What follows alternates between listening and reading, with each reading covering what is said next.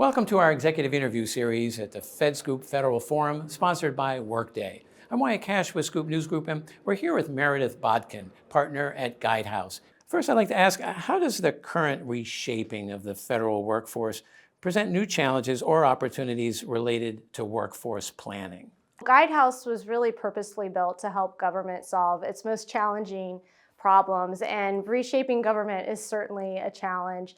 We combine our workforce transformation and our technology practices, including our partnership with Workday, to help agencies cultivate the workforce of the future.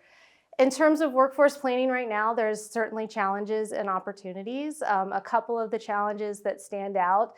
One, agencies are having to design the future state as they reshape the government, and it's really hard to do true workforce planning when you don't have a clearly defined future state.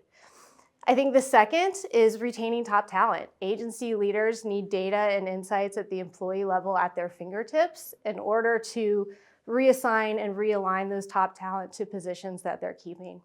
In terms of opportunities, there are a number.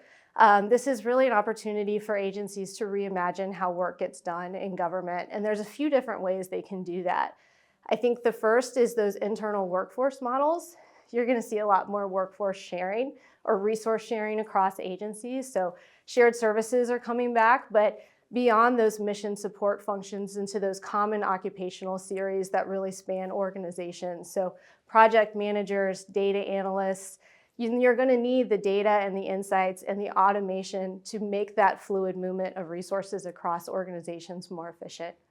The second opportunity is really around external partnerships and recreating, moving beyond traditional government contracting into things like public-private partnerships, government-owned, contractor-operated, and other privatization models. This is going to create a more layered workforce for government, really that multi-sector workforce that's going to be much more complicated to manage. And so having a true technology stack to support those HR processes is going to be important.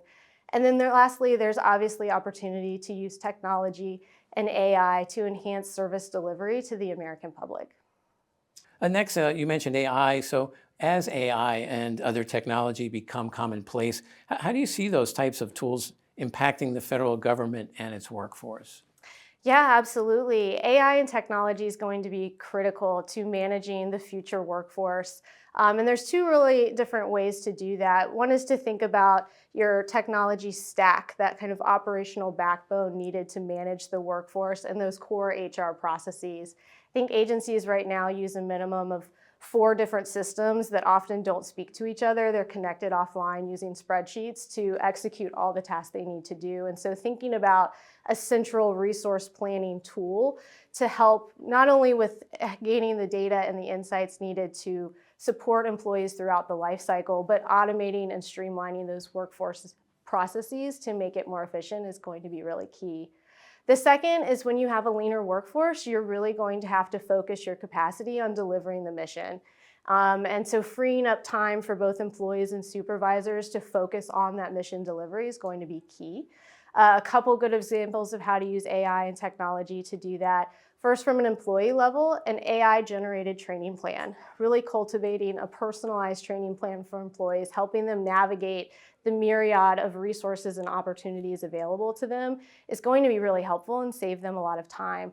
It also gives agencies an opportunity to make sure they're integrating that reskilling and upskilling required to use the technology that they're introducing into the workforce. From a supervisor standpoint, performance management is a critical component of managing your team and your workforce, but it's often really time consuming. And so using technology to gather the data, the documents, the insights needed to really make that a meaningful experience will allow supervisors not just to spend less time, but to really focus the time they do spend on that process into having meaningful conversations with their employees about development and advancement.